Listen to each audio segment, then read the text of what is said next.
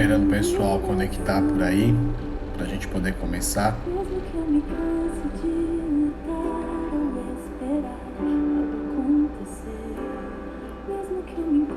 Só um pouquinho de paciência.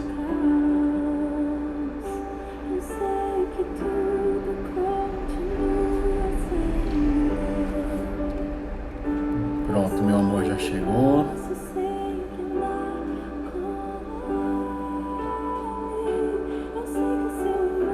Bem, eu fui pontual, né?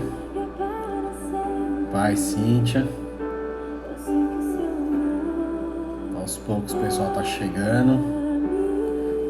Tati, paz. Vou baixar um pouco aqui a música. Gabi também.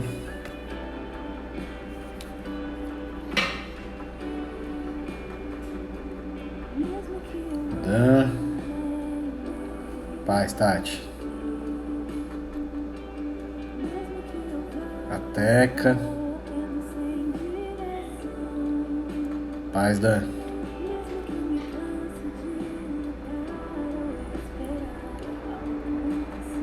Bem, vamos começar, né? Quero falar com vocês. Bem, eu fui convidado, né, pelo Nova Semente. Eu sou o Rogério, o pai da marido da Adriana, pai da Gabi e da Helena, graças a Deus. Família que eu amo demais. E eu fui convidado pelo Nova Semente para trazer uma palavra para vocês, uma meditação. Tem mais gente entrando aqui. Paz, Dona Lúcia. Paz pro Carlos. Luzinho, paz. Daché. Paz. Paz, meu amor. Bem, vamos lá. Eu não sei se eu vou conseguir ficar falando com todo mundo, né? Mas se vocês quiserem pôr alguma pergunta, pontuar alguma coisa, vocês podem colocar. Vou tentar acompanhar para a gente poder interagir um pouco. Porque muitos aqui já me conhecem, né? Quase todos. Eu falo demais. E eu falo tanto que a garganta fica até seca. Então a gente de repente vai parando, conversando. Não sei como é que vai funcionar isso aqui a primeira vez. Fazer vídeo é uma coisa, fazer live é totalmente diferente. Mas vamos lá, gente. Eu quero compartilhar com vocês um texto de Romanos, do capítulo 1, versículo 16 e 17. Deixa eu baixar um pouco aqui a música. E o texto diz o seguinte: porque não me envergonho do evangelho de Cristo, pois é o poder de Deus para a salvação de todo aquele que crê, primeiro do judeu e também do grego, porque nele se descobre a justiça de Deus de fé em fé, como está escrito, mas o justo viverá pela fé. Eu tenho pregado muito acerca do Evangelho de Cristo, acerca da palavra de Deus, acerca da necessidade que os crentes têm de ter uma vida de comunhão com Deus. Eu tenho falado muito isso, eu sou muito incisivo, insistente, porque eu entendo que a nossa fé ela é acrescentada gradualmente conforme nós vamos conhecendo do Deus que nós servimos. A nossa fé é gradual. Quanto mais nós conhecemos, mais eu acredito nele. Quanto mais eu converso com ele, mais eu conheço, mais intimidade eu tenho. E isso eu tenho falado muito, muito. E agora não seria diferente, por isso que eu trouxe esse texto. E esse texto ele é maravilhoso, porque ele traz acerca do propósito do sacrifício de Cristo.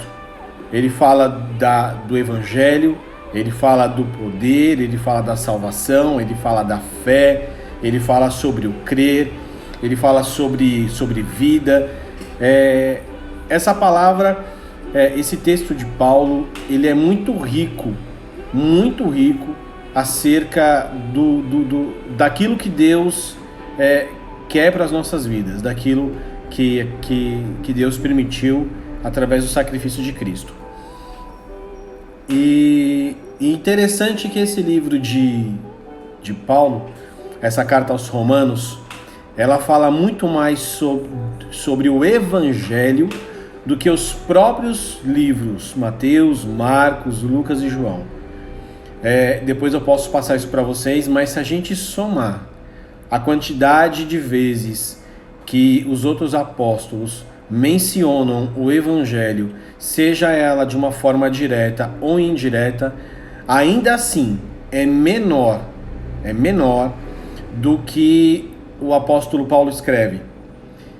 Paulo, ele é muito incisivo quando ele fala sobre o poder do Evangelho na vida do cristão. E isso nos faz ver a necessidade que nós temos de conquistarmos esse poder, de conquistarmos esse poder tão maravilhoso que transforma as nossas vidas. Eu tenho falado isso por muitas vezes no discipulado lá na GV às quintas-feiras, com os novos cristãos que a gente está acompanhando.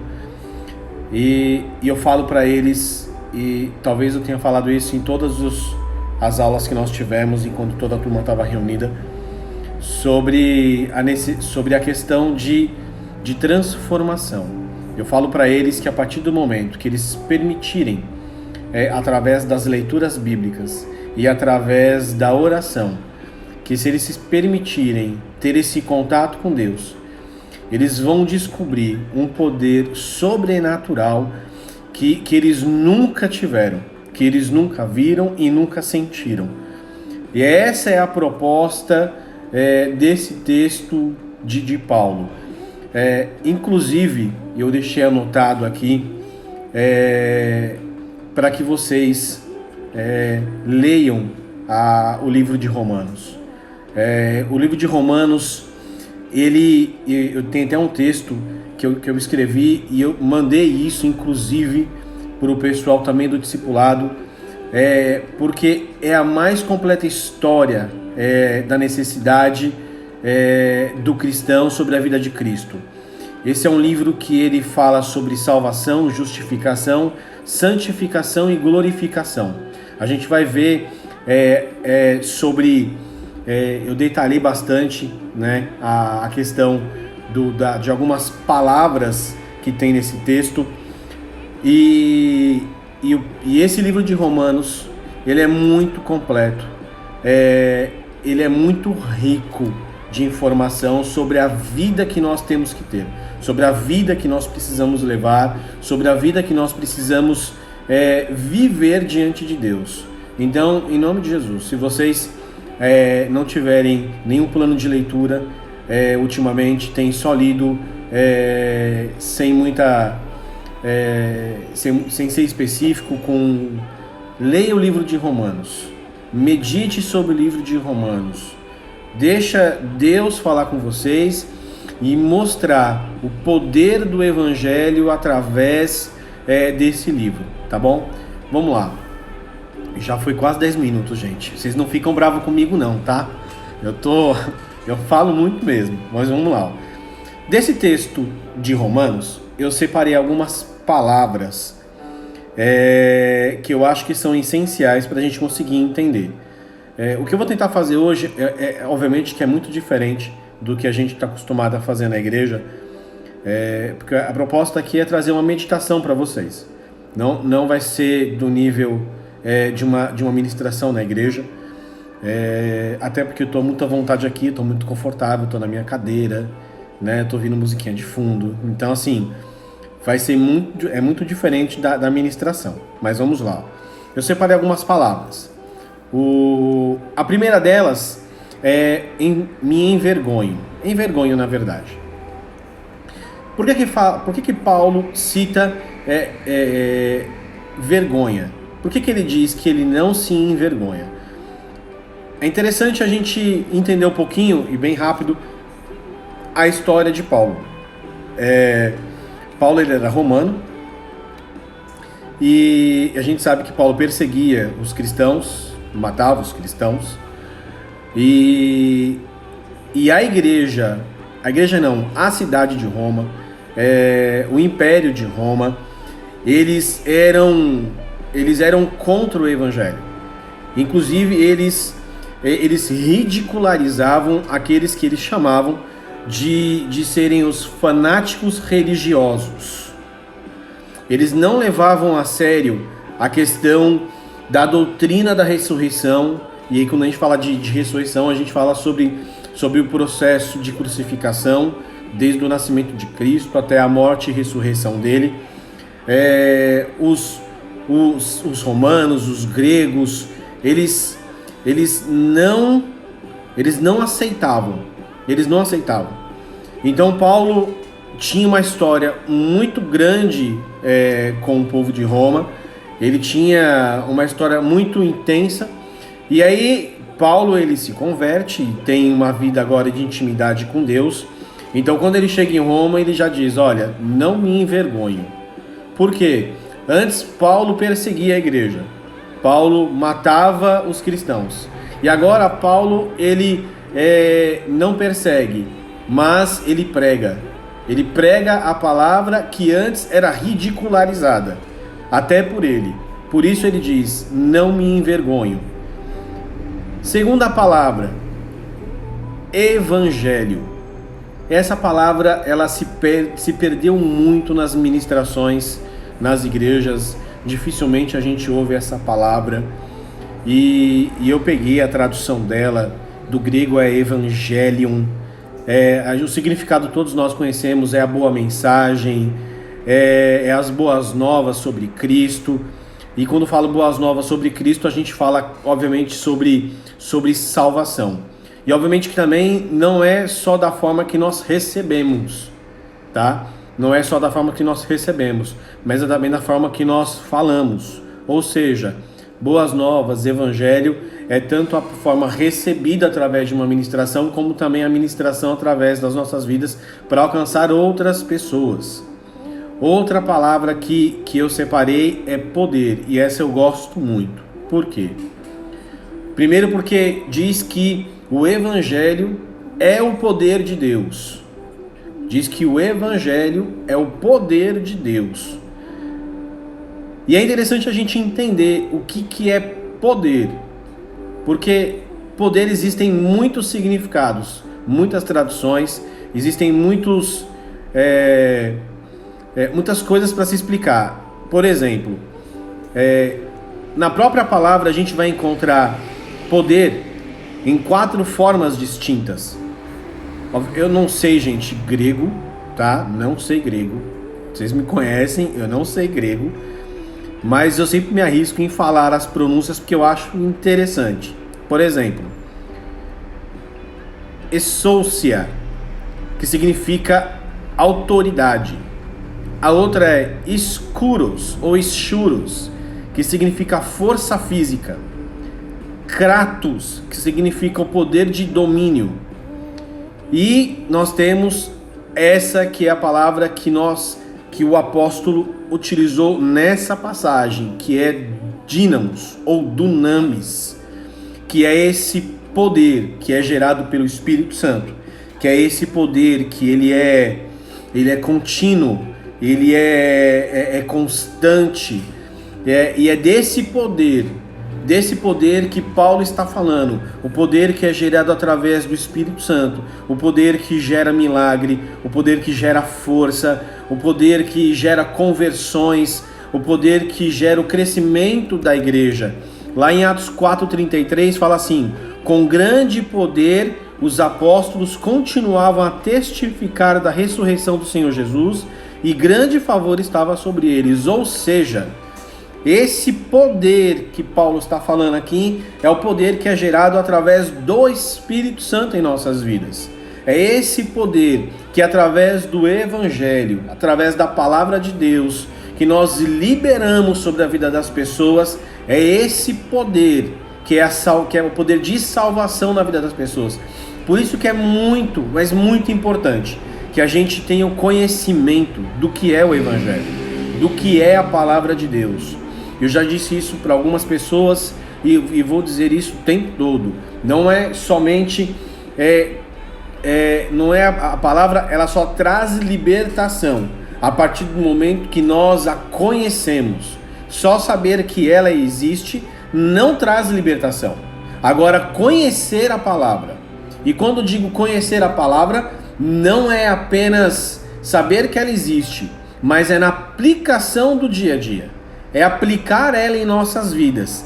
Essa aplicação é o que nos traz o conhecimento, e esse conhecimento é o que traz libertação. Essa é a palavra de poder.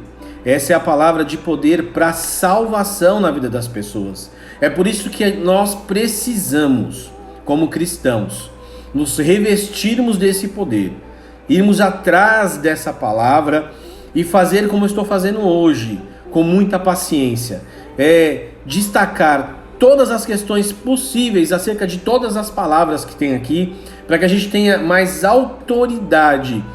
E quando eu digo autoridade, é conhecimento, para conseguir liberar sobre a vida das pessoas a transformação necessária, porque nós somos ferramentas de Deus. Nós somos ferramentas de Deus para que a transformação chegue na vida das pessoas. Somos nós que vamos ser usados através do Espírito Santo. Porém, como é que nós vamos ser usados se nós não temos o poder de Deus? Como nós vamos ser usados se nós não temos o Evangelho que transforma vidas? Vamos lá.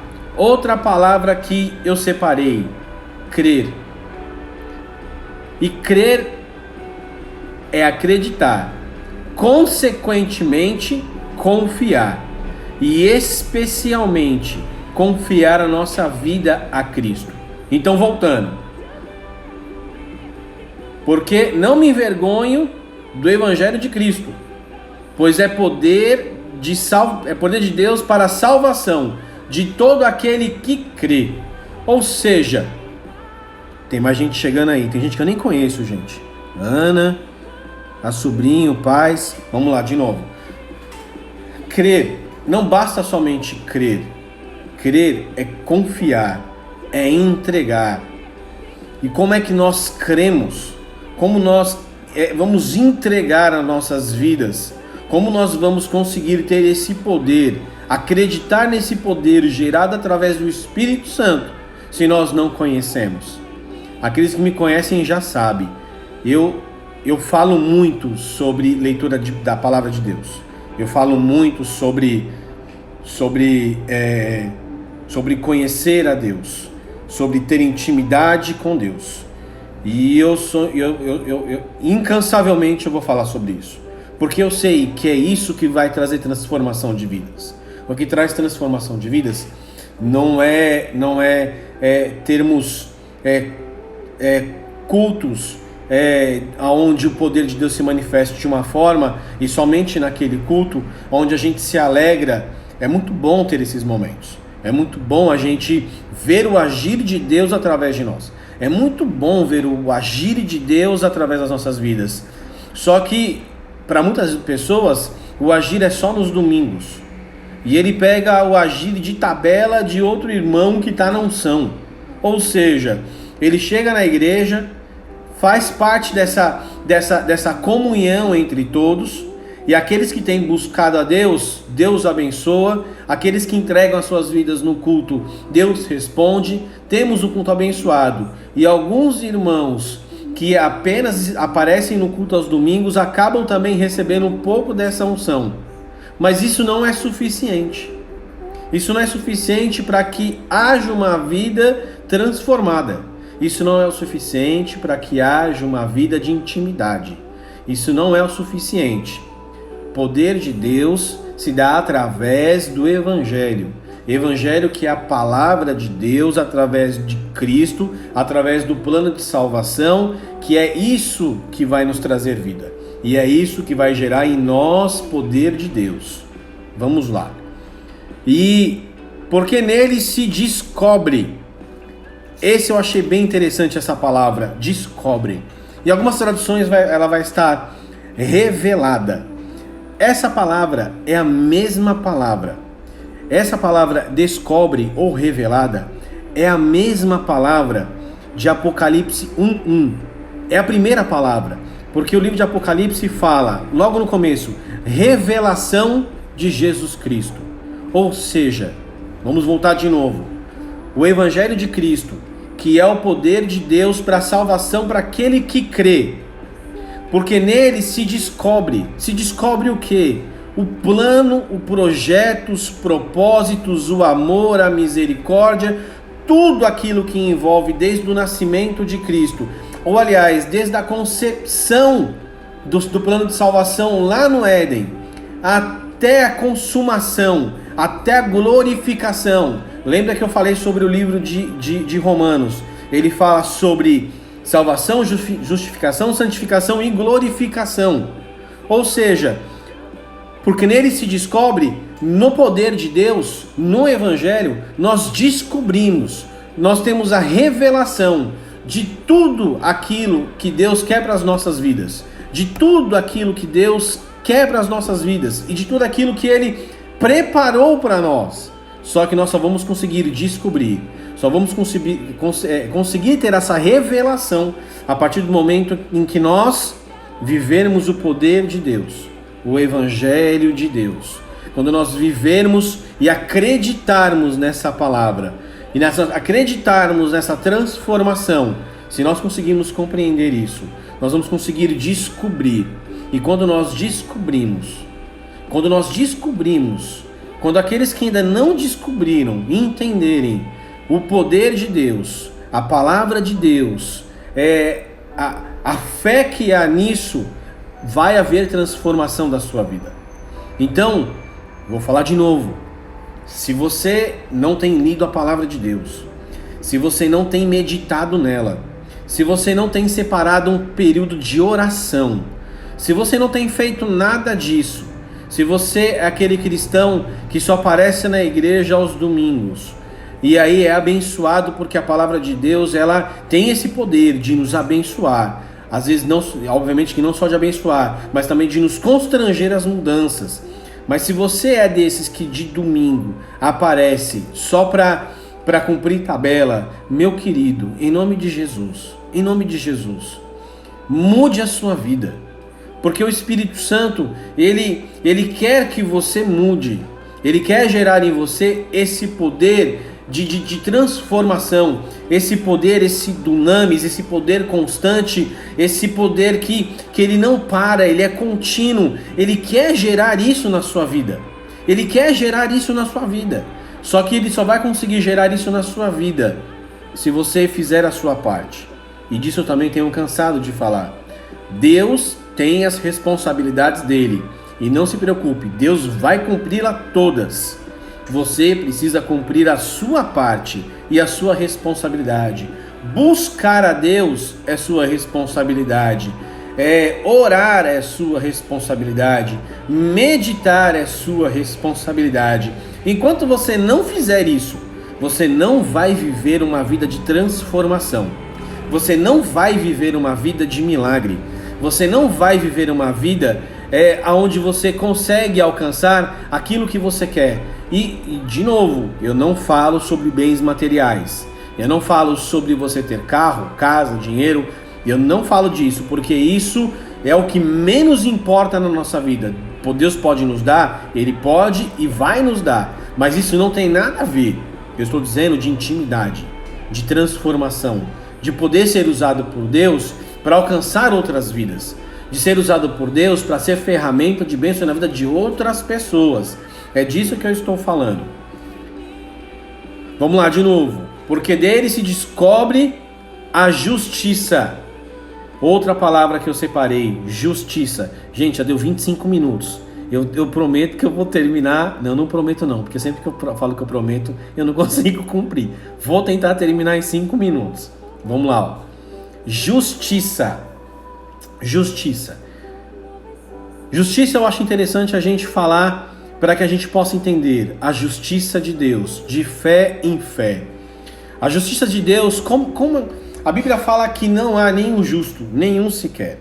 E a Bíblia fala que todos nós estamos condenados pelos nossos pecados e que não há salvação em nossas vidas. Nós não prestamos e fomos, enfim. Qual a única... E a Bíblia fala que nesse texto fala que o justo viverá pela fé, mas em outro texto ele fala que a salvação é para os justos. São aqueles que são justificados. Se alguém lembrar esse versículo, pode pôr aqui para mim eu não sei o nome disso aqui não, gente. É onde vocês ficam colocando as conversas aí. Não sei o nome. Mas se alguém lembrar, pode colocar para mim aí, que eu agora não tô lembrando. A cabeça tá mil. Eu não consigo raciocinar agora. Se alguém conseguir achar aí, me fala. Mas enfim. Como é que acontece a salvação então? Se não há nenhum justo e nenhum sequer. E a Bíblia fala que aqueles que serão salvos são aqueles que são justos, os justificados. E aí existe uma situação que você precisa saber disso. Inclusive esse está sendo o tema do nosso discipulado, que é justificação. O que é ser justo? Porque nós não somos justos. Por nós mesmos, nós não somos justos. Como é que funciona? Jesus foi e foi crucificado. Deus derramou a ira sobre Cristo e crucificou ele para que ele pudesse ressuscitar, e através desse sacrifício e a ressurreição foi colocado sobre Deus os nossos pecados. Sobre a vida dele foi imputado os nossos pecados. E aí nesse momento Deus levou sobre ele a nossa culpa. Preste atenção, ele levou sobre ele a nossa culpa, nos fazendo justos. Como que ele nos faz justos? A partir do momento que Deus joga sobre ele os nossos pecados e se oferece como sacrifício, retirando de nós a culpa, ele acaba nos justificando diante de Deus, dizendo: olha, Pai, eu levei sobre mim toda a culpa deles. Então agora eu tenho o poder de poder lançar sobre eles a minha justiça. Então Deus derrama sobre nós a sua justiça. Ele imputa sobre nós a justiça que é dele. E isso nos faz justos. Justificados. Justificados aonde? Em fé. Porque também não conseguimos ser justificados se não for através da fé. E voltamos então. Evangelho de Cristo, pois é o poder de Deus para a salvação de todo aquele que crê, primeiro do judeu e também do grego. Porque nele se descobre o plano, a revelação, a justiça de Deus, de fé em fé. E em algumas traduções fala do princípio ao fim. Ou seja, é a evolução da fé. A partir do momento que nós aceitamos, nós evoluímos, nós crescemos de fé em fé. E aí ele fala: mas como está escrito? Como está escrito? Mas o justo. E quem é o justo? O justo é aquele que foi justificado. É aquele que agora ele é reto. Cadê? De Kairos. Justo e reto.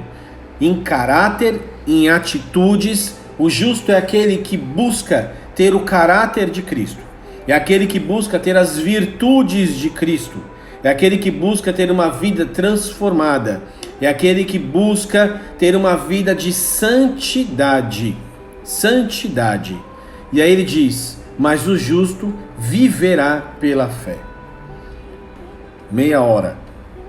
E vocês aqui. Glória a Deus. Glória a Deus. Meus queridos, não existe uma outra forma de ter uma vida transformada. Não existe uma outra forma de ter uma vida de poder. E quando eu digo de poder, é ser operado pelo Espírito Santo. Não existe outra forma se não for através do Evangelho. O Evangelho, quando ele é operado na vida das pessoas, ele traz transformação. O Evangelho, quando é transformado, ele é operado na vida das pessoas, ele traz salvação. O Evangelho, quando ele é operado na vida das pessoas, ele traz vida. Ele traz vida. E é isso que nós precisamos entender. Então, quando o Evangelho é gerado em nossos corações, ele nos traz vida, ele nos traz poder, ele nos traz condições de conseguirmos ser ferramentas de Deus para a transformação na vida das pessoas. 31 minutos, acho que tá bom, né, gente? Eu acho que tá bom, né? Vocês acham, né? Eu acho que tá bom. Então, gente, eu agradeço o convite de vocês, eu agradeço de verdade. Eu espero que a palavra tenha alcançado o coração de vocês. Eu peço que vocês meditem em Romanos, se Deus assim permitir. Nós vamos ainda trazer a exposição desse livro de Romanos, esse livro que é um manual para a vida cristã, é um manual para ter uma vida de santidade diante de Deus. É um livro onde Paulo ele nos traz a realidade do Evangelho vivida no dia a dia, vivida cansavelmente, incansavelmente. Então, se vocês puderem e não tiverem nenhum plano de leitura, eu desafio vocês, meditem sobre o livro de Romanos. E eu tenho certeza que o poder de Deus vai se instaurar na vida de vocês de uma certa forma, que vocês vão ver a transformação que vai trazer na forma de agir, na forma de expressar o amor de Deus na vida das pessoas. Amém? Eu depois posso mandar para vocês, eu tenho um esboço do livro de Romanos de leitura. Eu até disponibilizei isso para o discipulado. A gente sabe que para os novos cristãos, se para os velhos já é difícil ter um plano de leitura, para os novos é bem mais difícil. Mas a gente não desistiu, a gente está em cima, e eu creio em nome de Jesus que eles vão alcançar esse poder que nós precisamos viver hoje. Amém? De novo, obrigado, gente. Espero que vocês me convidem de novo. Prometo que eu vou tentar ser um pouco mais breve, tá? É que eu não consigo ser tão breve assim, tá bom, gente? Obrigado, beijo no coração de vocês. Deus abençoe.